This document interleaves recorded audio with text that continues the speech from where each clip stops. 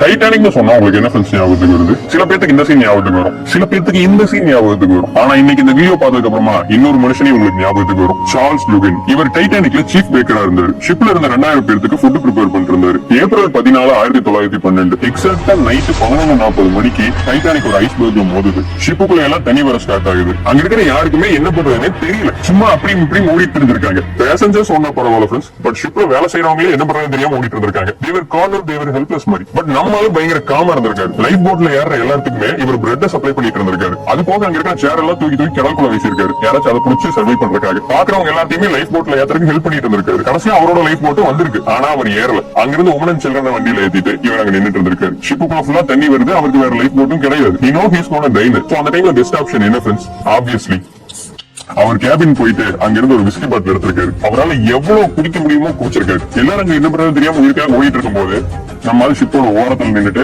குடிச்சிட்டே ரசிச்சுட்டு இருந்திருக்காரு. ஃபைனலி ஒரு டைமுக்கு மேல ஷிப்ல இருக்க முடியாது அப்படிங்கும் போது தண்ணியில குடிக்கிறாரு. நார்த் அட்லாண்டிக் வந்துட்டு -2°C இருக்கும். தண்ணியில குடிச்சாங்க அப்படின்னா 2-3 நிமிஷத்துலயே மனுஷங்களா செத்து போயிடுவாங்க. இவர் கூட குடிச்ச நிறைய பேர் கொஞ்ச நேரத்திலேயே செத்து போயிட்டாங்க. ஆனா அண்ணன் வந்துட்டு 2-3 மணி நேரத்துக்கு அந்த தண்ணி மேலேயே இருந்துட்டு இருந்திருக்காரு. ஃபைனலி ஒரு லைஃப் போட்ட பாக்குறாரு.